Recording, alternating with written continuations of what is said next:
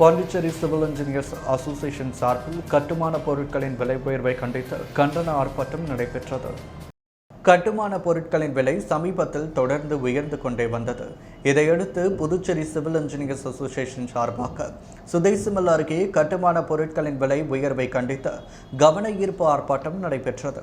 தமிழ்நாடு முழுவதும் federation of civil engineers association Tamil Nadu மற்றும் புதுச்சேரி சார்பில் 90 இடங்களில் ஆர்ப்பாட்டம் நடைபெற்றது. புதுச்சேரி சுதேசிமல் அருகே நடைபெற்ற ஆர்ப்பாட்டத்திற்கு தலைவர் அறிவழகன் தலைமை தாங்கினார்.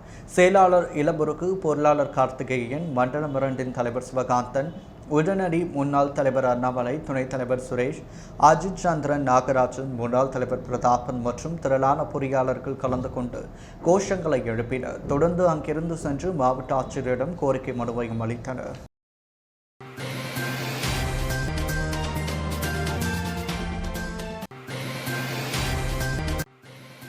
புதுச்சேரி இரட்டை கொலை வழக்கில் 6 பேர் நேற்று கைது செய்யப்பட்டுள்ள நிலையில் கொலைக்கான சதி திட்டத்தை காலாப்பட்டு சிறையில் உள்ள ரவுடிகள் தீட்டி நிறைவேற்ற இருக்கும் பகிர் தகவல் வெளியாகியுள்ளது. புதுச்சேரி வானரப்பேட்டை அடுத்த தாவீதுப்பேட்டை நகராட்சி குடியிருப்பை சேர்ந்தவர் பாம் ரவி. இவர் மீது 6 கொலை வழக்கு உட்பட 25க்கும் மேற்பட்ட வழக்குகள் பதிவாகியுள்ளது. தற்பொழுது ஜாமீனில் வெளியே வந்துள்ள அவர் தனது ஆதரவாளரான அந்தோனி ஃபரிடா ஸ்டீஃபனுடன் நேற்று முன்தினம் சென்று கொண்டிருந்தார். அப்பொழுது 2 மோட்டார் சைக்கிளில் வந்த 5 பேர் ரவி மற்றும் அந்தோனி மீது நாட்டு வெடிகுண்டு வீசி அதில் படுகாயம் அடைந்த அந்தோனியை அந்த கும்பல் வெட்டி சாய்த்துள்ளது. அங்கிருந்து தப்பியோடிய ரவியை துரத்தி சென்று வெட்டி விட்டு தப்பி சென்றுள்ளது. உயிருக்கு போராடிய இருவரும் மருத்துவமனைக்கு கொண்டு செல்லும் வழியிலேயே உயிரிழந்தனர். முதலியார்பேட்டை போலீசார் வானரப்பேட்டை பகுதியை சேர்ந்த அரவிந்த், பிரகாஷ், சந்துரு, நவீன், சதீஷ் ஆகியோரை பிடித்து ரகசிய இடத்தில் வைத்து விசாரித்தனர். விசாரணையில் திடுக்கிடும் தகவல்கள் வெளியாகியுள்ளது. வானரப்பேட்டையில் பாம் ரவிக்கும் ரவுடி வினோத்திற்கும் இடையே மோதல் இருந்து வந்துள்ள நிலையில் ரவுடி வினோத்திற்கு ஆதரவாக வேலை செய்த திப்ராயப்பேட்டையை சேர்ந்த துய்ப்லான் கடந்த 2020 அக்டோபர் மாதம் 7ஆம் தேதி கொலை செய்யப்பட்டார். பாம் ரவி உள்ளிட்டோர் மீது வழக்கு பதிவும் செய்யப்பட்டுள்ளது. துய்ப்லான் பிறந்த நாளான மே 22ஆம் தேதி அன்று அவரது கல்லறையில் பட்டா கத்தியால் கேக் வெட்டி அவரது கொலைக்கு காரணமானவர்களை பழிக்கு பழி தீர்ப்போம் என அவரது ஆதரவாளர்கள் சபதம் ஏற்றுள்ளனர். ரவுடி வினோத் ஆதரவாளர்கள் கடந்த ஜூன் 8ஆம் தேதி வானரப்பேட்டையில் ஒன்று திரண்டனர்.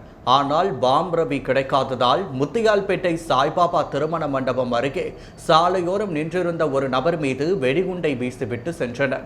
இதற்கிடையில் 100 அடி சாலை ஜான்பால் நகரில் இயங்கி வந்த சூதாட்ட கிளப்பில் புகுந்து 4 லட்சம் ரூபாய் பறித்து சென்ற வழக்கில் கடந்த மாதம் 19ஆம் தேதி ரவுடி வினோத் கைது செய்யப்பட்டு காலாப்பட்டு சிறையில் அடைக்கப்பட்டார். அவரது காரில் இருந்து 2 நாட்டு வெடிகுண்டுகளும் பறிமுதல் செய்யப்பட்டுள்ளது. சிறையிலிருந்த ரவுடி வினோத் மற்றும் தீன் இருவரும் மொபைல் போன் மூலம் வெளியில் உள்ள தனது கூட்டாளிகளை தொடர்பு கொண்டு கொலைக்கான திட்டங்களை தீட்டியுள்ளனர். கடலூர் சிறையில் வினோத் இருந்த பொழுது காஞ்சிபுரம் கூலிப்படையுடன் பழக்கம் ஏற்பட்டு அந்த கூலிப்படையை வினோத் ஏற்பாடு செய்துள்ளதாக தெரிகிறது. கடந்த வாரம் காஞ்சிபுரத்திலிருந்து வந்த 3 பணம் கொடுத்து ஹோட்டலில் தங்க வைத்துள்ளனர். கொலைக்கு தேவையான நாட்டு வெடிகுண்டு, மோட்டார் சைக்கிள், வீச்சரிவாலும் கொடுத்துள்ளனர். வானரப்பேட்டையை சேர்ந்த 5 பேர் பாம் ரவி எங்கு செல்கின்றார் என்பதை கண்காணிக்கும் வேலை செய்துள்ளனர். தொடர்ந்து காஞ்சிபுரம் கூலிப்படை பாம் ரவி அந்தோனியை வெட்டி கொலை செய்துவிட்டு தப்பி சென்றது தெரிய வந்துள்ளது.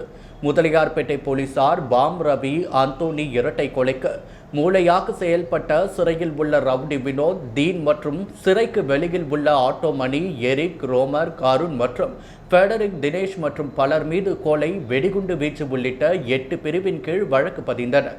இதில் கொலையாளிகளுக்கு பைக், பணம் கொடுத்தல், ஹோட்டலில் அறை எடுத்து தங்க உதவியதாக முதலியார்பேட்டை நேரு வீதி ஆறுமுக மகன் அரவிந்தன் என்கின்ற லைன் அரவிந்தன், வானரப்பேட்டை சித்தி விநாயகர் கோவில் வீதியை சேர்ந்த பிரகாஷ், முருகசாமி நகர், அன்னை தெரேசா நகர் ராஜேஷ், முதலியார்பேட்டை இந்திரா நகர் தயானந்த வீதியை சேர்ந்த ஹேமச்சந்திரன், வானரப்பேட்டை நடுவீதியை சேர்ந்த வெங்கடேசன் மகன் நவீன்குமார், நயினார் மண்டபம் மூகாம்பிகை நகர், கிழக்கு வாசல் வீதி ரவுடி வினோத்தின் தாய் ரமணி ஆகிய 6 பேர் நேற்று கைது செய்யப்பட்டுள்ளனர். 6 பேரும் நேற்று நீதிமன்றத்தில் ஆஜர்படுத்தி காலாப்பட்டு சிறையில் அடைக்கப்பட்டனர்.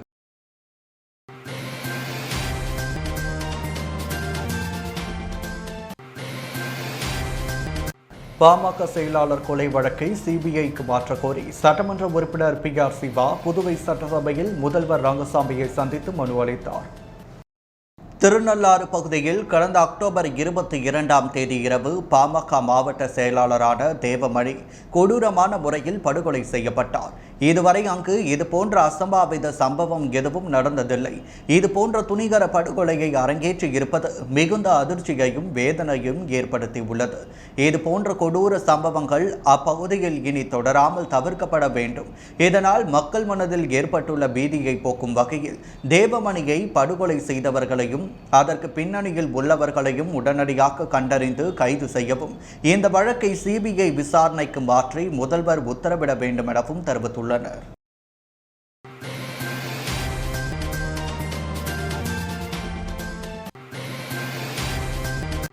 புதுச்சேரி முதல்வர் ரங்கசாமி தனது பேரனுடன் தென்னை ஓலையை கொண்டு வாள் சண்டையிட்டு டென்னிஸ் விளையாடி மகிழ்ந்தார். புதுச்சேரி முதல்வர் ரங்கசாமி டென்னிஸ் விளையாட்டு பிரியர். இவர் தினசரி காலை மற்றும் மாலை நேரங்களில் கோரிமேட்டில் உள்ள போலீஸ் மைதானத்தில், அப்பா பைத்துவசுவாமி கோவில் அருகிலும் உள்ள மைதானத்திலும் டென்னிஸ் விளையாடுவது வழக்கம். எந்த பரபரப்பான சூழ்நிலையிலும் டென்னிஸ் விளையாடுவதை தவிர்க்க மாட்டார். இந்த நிலையில் நேற்று மாலை அவரது மருமகனான அமைச்சர் நமச்சிவாயத்தின் மகன் சிவஹரியுடன் அப்பா பைத்துவசுவாமி கோவில் அருகில் உள்ள டென்னிஸ் மைதானத்திற்கு வந்தார். அங்கு தனது பேரனுடன் டென்னிஸ் விளையாடி மகிழ்ந்தார். முன்னதாக வீட்டில் பேரனுடன் தென்னை ஓலையை கொண்டு வாள் சண்டையிட்டு விளையாடினார். பேரனுடன் முதல்வர் விளையாடி மகிழ்ந்த வீடியோ மற்றும் புகைப்படங்கள் சமூக வலைதளங்களில் வைரலாகி வருகிறது.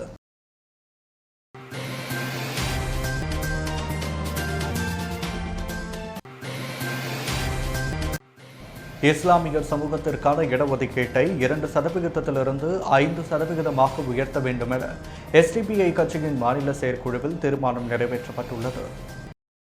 தமிழ் மாநில SDPI கட்சியின் மாநில செயற்குழு மற்றும் புதுச்சேரி மாநிலத்தில் புதிய நிர்வாகிகள் தேர்ந்தெடுக்கும் செயற்குழு கூட்டம் புதுச்சேரி உழந்தை கீரப்பாளையத்தில் நடைபெற்றது. கூட்டத்தில் கட்சியை சேர்ந்த முக்கிய நிர்வாகிகள் கலந்து கொண்டனர். கூட்டத்தின் இறுதியில் பல்வேறு தீர்மானங்கள் நிறைவேற்றப்பட்டது. இதுகுறித்து செய்தியாளர்களிடம் பேசிய தமிழ் மாநில தலைவர் இமாம் தேக்கல் பாக்பி கூறும்பொழுது, புதுச்சேரியில் பாஜக NR காங்கிரஸ் கூட்டணி ஆட்சியில் மாநிலம் அமைதியின்மையால் தவித்து வருகிறது. கொள்ளைகள் தலை தூக்கியுள்ளது. ரவுடியிசத்தை கட்டுப்படுத்த அரசு நடவடிக்கை எடுக்க வேண்டும் எனவும், புதுச்சேரி மத்திய அரசு கட்டுப்பாட்டில் இயங்குவதால் தன்னிச்சையாக செயல்பட முடியாத நிலை ஏற்பட்டுள்ளது.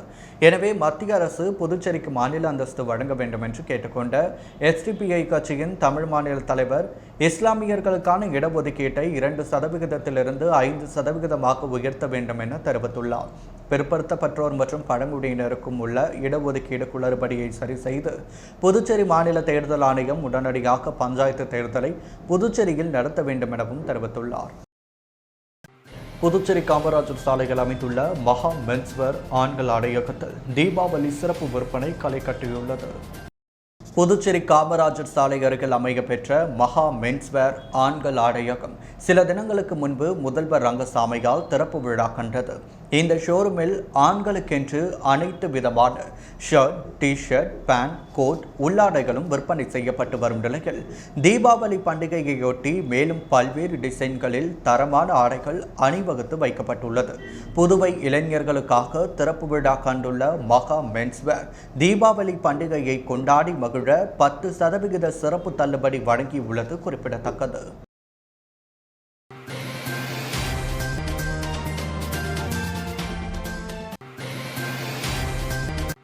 9,000க்கும் மேற்பட்ட அரசு துறை காலி பணியிடங்களை உடனடியாக நிரப்ப வேண்டும் போன்ற பல்வேறு கோரிக்கைகளை வலியுறுத்தி அனைத்திந்திய இளைஞர் பெருமன்றம் சார்பில் சுதேசி மில் எதிரே ஆர்ப்பாட்டம் நடைபெற்றது.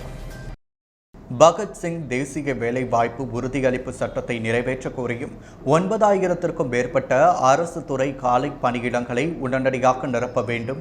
தனியார் தொழிற்சாலைகளில் 60% வேலைவாய்ப்புகளை உள்ளூர் இளைஞர்களுக்கு வழங்க வேண்டும். வேலையற்ற இளைஞர்களுக்கு மாதாந்திர உதவித்தொகையாக ரூபாய் 10,000 வழங்க வேண்டும். பொதுத்துறை நிறுவனங்களை தனியாருக்கு தாரை பார்ப்பதை நிறுத்த வேண்டும். மாநிலத்திற்கு தனி தேர்வாணையம் அமைத்திட நடவடிக்கை எடுக்க வேண்டும். விவசாய விரோத வேளாண் சட்டங்களை வாபஸ் பெற வேண்டும் போன்ற பல்வேறு கோரிக்கைகளை வலியுறுத்தி புதுச்சேரி அனைத்திந்திய இளைஞர் பெருமன்றம் சார்பில் சுதேசி காட்டன் மில் எதிரில் ஆர்ப்பாட்டம் நடைபெற்றது.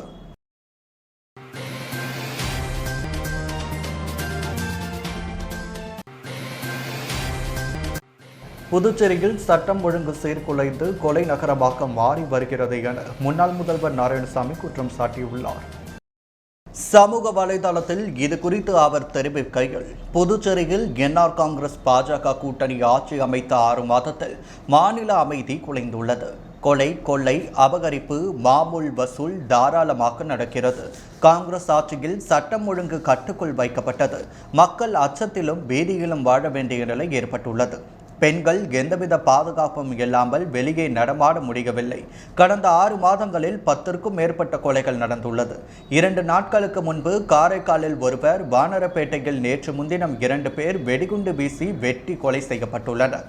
தொழிற்சாலை அதிபர்கள் நிம்மதியாக தொழில் செய்ய முடியவில்லை. புதுச்சேரி அமைதி மாநிலம் என்ற நிலை மாறி கொலை நகரமாக மாறி வருகிறது. இதற்கு முதல்வர் ரங்கசாமி பொறுப்பேற்க வேண்டும். எப்பொழுதெல்லாம் ரங்கசாமி ஆட்சி வருகிறதோ அப்பொழுதெல்லாம் கொலை, கொள்ளை, ரவுடிகள் அட்டகாசம் நடக்கும்.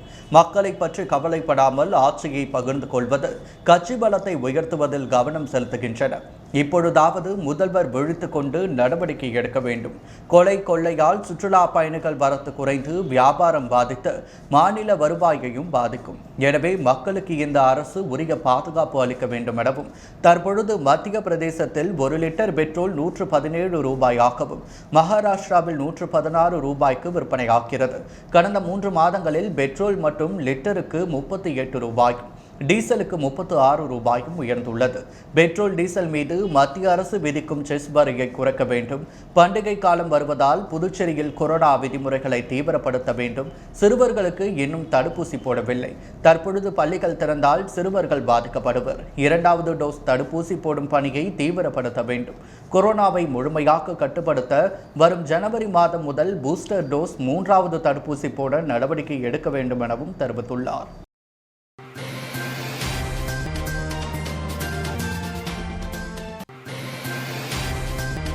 புதுவை தலைமை செயலகத்தை முற்றுகையிட முயன்ற பொதுப்பணித்துறை வவுச்சர் ஊழியர்களுக்கும் போலீசாருக்கும் இடையே தள்ளுமுள்ளு ஏற்பட்டதால் பரபரப்பு நிலவியது. பொதுப்பணித்துறையில் கடந்த 10 ஆண்டுகளாக 1311 வவுச்சர் ஊழியர்கள் குறைந்த சம்பளத்தில் பணியாற்றி வந்தனர். அவர்களுக்கு 10,000 ரூபாய் சம்பளம் உயர்த்தி வழங்கப்படும் என சட்டசபையில் முதல்வர் ரங்கசாமி அறிவித்திருந்தார். இதைத் தொடர்ந்து முதல்வர் அலுவலகம் வழியாக தலைமை செயலகத்திற்கு கோப்பு அனுப்பப்பட்டது. ஆனால் சம்பள கோப்பிற்கு இன்னும் ஒப்புதல் கொடுக்கவில்லை. இதனை கண்டித்து கடற்கரை சாலையில் உள்ள நேரு சிலை அருகே 500க்கும் மேற்பட்ட அரசு பணியாளர்கள் கூட்டமைப்பினர் திரண்டனர். சம்பளம் உயர்வை வலியுறுத்தி கோஷம் எழுப்பியபடி தலைமை செயலகத்தை முற்றுகையிட பேரணியாக சென்றனர். தலைமை செயலகம் அருகே சென்ற பொழுது அவர்களை கிழக்கு சீனியர் எஸ்பி தீபிகா தலைமையிலான போலீசார் தடுத்து நிறுத்தினர். இருப்பினும் போலீசாரின் தடுப்புகளை மீறி தலைமை செயலகத்தை முற்றுகையிட முயன்றனர். இதனால் போலீசாருக்கும் வவுச்சர் ஊழியர்களுக்கும் இடையே தள்ளுமுள்ளு ஏற்பட்டது. தொடர்ந்து வவுச்சர் ஊழியர்கள் சாலையில் அமர்ந்து தர்ணா நடத்தினர். போராட்டம் நடத்திய வவுச்சர் ஊழியர்களின் தலைமை செயலர் அஸ்வினிகுமார் பேச்சு நடத்தினர். கடந்த 10 ஆண்டுகளாக 3,000 ரூபாய் சம்பளத்தில் பணியாற்றி வருகிறோம். தங்களது குடும்ப சூழ்நிலையை கருத்தில் கொண்டு கோப்பிற்கு காலம் கடத்தாமல் அனுமதி வழங்க வேண்டும் என ஊழியர்கள் கேட்டுக்கொண்டனர். தலைமை செயலர் அஸ்வினிகுமார் சம்பள உயர்வு சம்பந்தமாக அரசின் நிதிநிலையை பொறுத்து முடிவெடுக்கப்படும். இது தொடர்பாக பொதுப்பணித்துறை செயலர் தலைமை பொறியாளரிடம் இன்று 25ஆம் தேதி ஆலோசனை நடத்தி முடிவு அறிவிக்கப்படும் என்றார். இதனை ஏற்று வவுச்சர் ஊழியர்கள் தங்களது போராட்டத்தை கைவிட்டு கலைந்து சென்றனர்.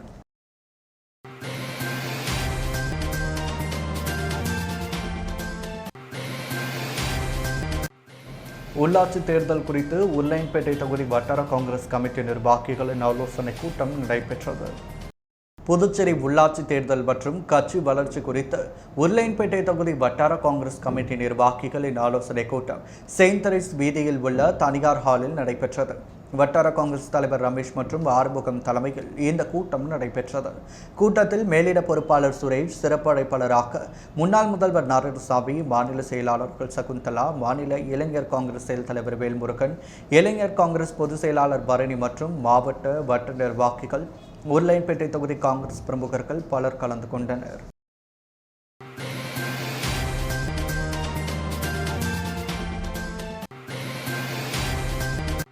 தீபாவளி பண்டிகையை முன்னிட்டு புதுச்சேரியில் உள்ள அனைத்து குடும்ப அட்டைதாரர்களுக்கும் 2 கிலோ சர்க்கரை மற்றும் 10 கிலோ அரிசி இலவசமாக வழங்கப்படும் என முதல்வர் ரங்கசாமி அறிவித்துள்ளார். புதுச்சேரி சட்டப்பேரவையில் செய்தியாளர்களை சந்தித்த முதலமைச்சர் ரங்கசாமி, புதுச்சேரி கூட்டுறவு பால் நிறுவனத்தில் பணிபுரியும் ஊழியர்கள் குறைந்தபட்ச ஊதியத்தை 10,000 ரூபாயாக உயர்த்தி வழங்க வேண்டும் என கோரிக்கை வைத்தனர். அதன்படி தொகுப்பூதியம் 7,000 பெறும் தற்காலிக பணியாளர்களுக்கு ஊதியம் 15,000 உயர்த்தி வழங்கப்படும் என அறிவித்தார். மேலும் தீபாவளி பண்டிகையை முன்னிட்டு அனைத்து குடும்ப அட்டைதாரர்களுக்கும் 2 கிலோ சர்க்கரை மற்றும் 10 கிலோ அரிசி இலவசமாக வழங்கப்படும் எனவும், மேலும் ஆதி திராவிடர் மக்களுக்கு வழங்கப்படும் இலவச வேட்டி சேலைக்கு பதிலாக 500 ரூபாயை பயனாளிகளின் வங்கிக் கணக்கில் செலுத்தப்படும் எனவும் முதல்வர் ரங்கசாமி அறிவித்துள்ளார். மேலும் புதுச்சேரியில் காலியாக உள்ள 10,000க்கும் மேற்பட்ட அரசு பணியிடங்கள் மற்றும் காவல்துறையில் காலியாக உள்ள பணியிடங்களை விரைவில் நிரப்ப நடவடிக்கை எடுக்கப்பட்டு வருவதாக தெரிவித்துள்ளார்.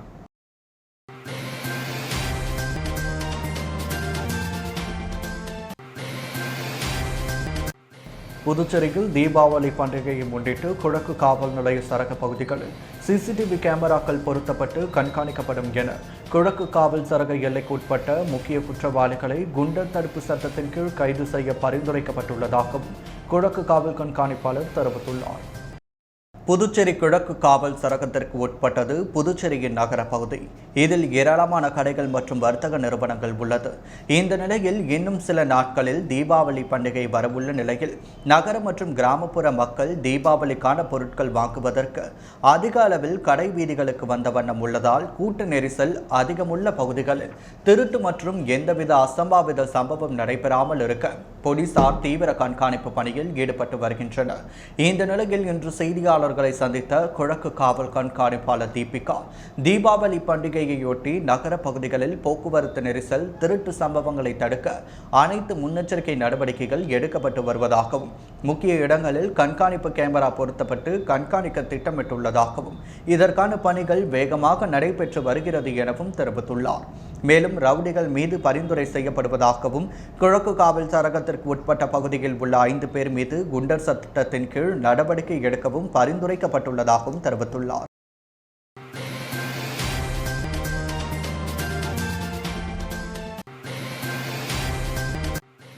தீபாவளி போனஸ் வழங்க வலியுறுத்தி அங்கன்வாடி ஊழியர்கள் சட்டசபையை நோக்கி பேரணியாக சென்று முற்றுகையிட்டு போராட்டத்தில் ஈடுபட்டனர். புதுச்சேரி அங்கன்வாடி ஊழியர்கள் தங்களுக்கு தீபாவளி போனஸ் வழங்க கோரி சட்டமன்றத்தை நோக்கி பேரணியாக சென்றனர். உருளையன்பேட்டை கால்நடை நலத்துறை அருகே ஒன்று கூடி துவங்கிய பேரணி பின்னர் அங்கிருந்து சட்டசபை நோக்கி ஊர்வலமாக வந்தனர். ஊர்வலத்திற்கு சங்க தலைவர் ராஜலட்சுமி தலைமை தாங்கினார். செயலர் தக்ஷிணி, பொருளாளர் முருகவேணி, அமைப்பு செயலாளர் லலிதா, கௌரவ தலைவர் பாலமுருகன் மற்றும் பலர் கலந்து கொண்டனர். இந்த ஊர்வலம் பாதா கோவில் வீதியை அடைந்த பொழுது அங்கு பாதுகாப்பு பணியில் ஈடுபட்டிருந்த போலீசார் அங்கன்வாடி ஊழியர்களை தடுத்து நிறுத்தினர். பின்னர் அவர்கள் அங்கு கோரிக்கைகளை வலியுறுத்தி கோஷங்களை எழுப்பினர்.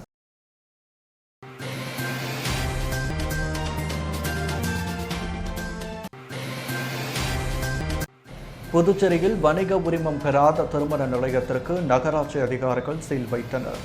புதுச்சேரி நகராட்சியில் நிதி பற்றாக்குறையால் ஊழியர்களுக்கு சம்பளம் குறித்த தேதியில் சம்பளம் வழங்க முடியாமல் உள்ளது. இதனால் வருவாயை பெருக்குவதற்கு பல்வேறு நடவடிக்கைகளை கமிஷனர் சிவக்குமார் முடக்கிவிட்டுள்ளார். நகராட்சிக்கு செலுத்தப்படாமல் உள்ள சொத்து வரி உள்ளிட்ட வரிகளையும் வணிக உரிம கட்டணங்களையும் வசூலிக்கும் பணிகள் தீவிரமாக நடைபெற்று வருகிறது. இந்த நிலையில் காந்தி வீதியில் உள்ள சிங்கப்பூர் திருமண நிலையம் கடந்த 40 ஆண்டுகளாக வணிக உரிமம் பெறாமல் இயங்கி வருகிறது. இது தொடர்பாக நகராட்சி நிர்வாகம் சார்பில் நோட்டீஸ் வழங்கியும் வணிக உரிமம் பெறவில்லை. இதையடுத்து கமிஷனரின் உத்தரவின் பேரில் வருவாய் அதிகாரி சாம்பசிவம் தலைமையிலான நகராட்சி அதிகாரிகள் நேற்று சிங்கப்பூர் திருமண நிலையத்தை பூட்டி சீல் வைத்தனர். இதேபோன்று வணிக உரிமம் பெறாத நிறுவனங்களை மூடி சீல் வைக்கும் நடவடிக்கை தொடரும் என நகராட்சி அதிகாரிகள் தெரிவித்துள்ளனர்.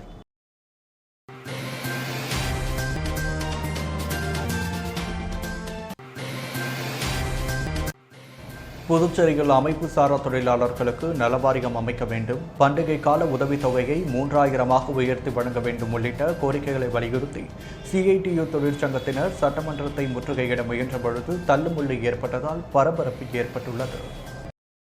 புதுச்சேரியில் அமைப்பு சாரா தொழிலாளர்களுக்கு நலவாரியம் அமைக்க வேண்டும் மற்றும் பண்டிகை கால உதவித்தொகையான 2,000 ரூபாயை 3,000 ரூபாயாக உயர்த்தி வழங்க வேண்டும் உள்ளிட்ட கோரிக்கைகளை வலியுறுத்தி CITU தொழிற்சங்கத்தினர் 200க்கும் மேற்பட்டோர் காமராஜர் சிலையிலிருந்து ஊர்வலமாக வந்து சட்டமன்றத்தை முற்றுகையிட முயன்றனர்.